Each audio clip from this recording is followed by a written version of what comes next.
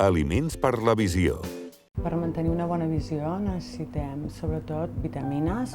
La vitamina A és molt important per la visió, sobretot per la visió nocturna.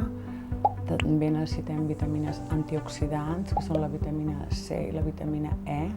Necessitem minerals, el zinc, el seleni, i necessitem unes substàncies molt importants, que són uns carotenoides, que es diuen luteïna i zeaxantina, que són uns pigments que es troben en una part de la retina, que es diu màcula, responsable de la nostra agudesa visual. Una dieta inadequada pot fer envellir prematurament la retina i la màcula. Pensem que tota l'alimentació que afavoreixi la hipertensió o la diabetis o un augment de colesterol farà que hi hagi més rigidesa a les artèries de la retina i, per tant, s'envellirà precoçment.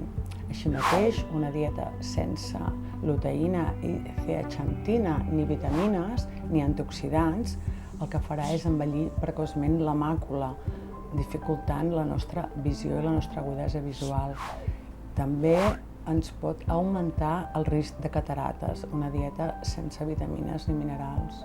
Hauríem d'introduir aliments rics en vitamina A, com són la pastanaga i, en general, les verdures de color groc i carbassa.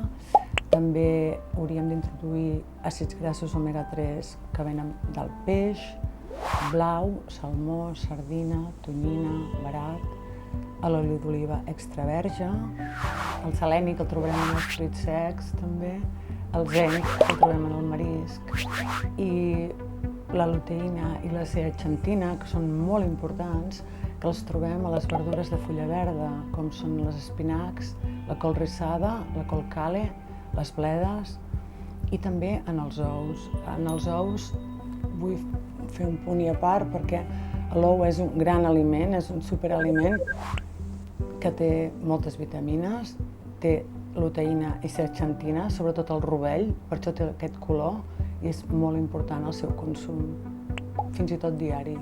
També hi ha un aliment molt important a la prevenció de les catarates, que és la ceba, perquè té una substància que es diu quercetina, i aquesta substància fa que s'eviti la progressió de les catarates.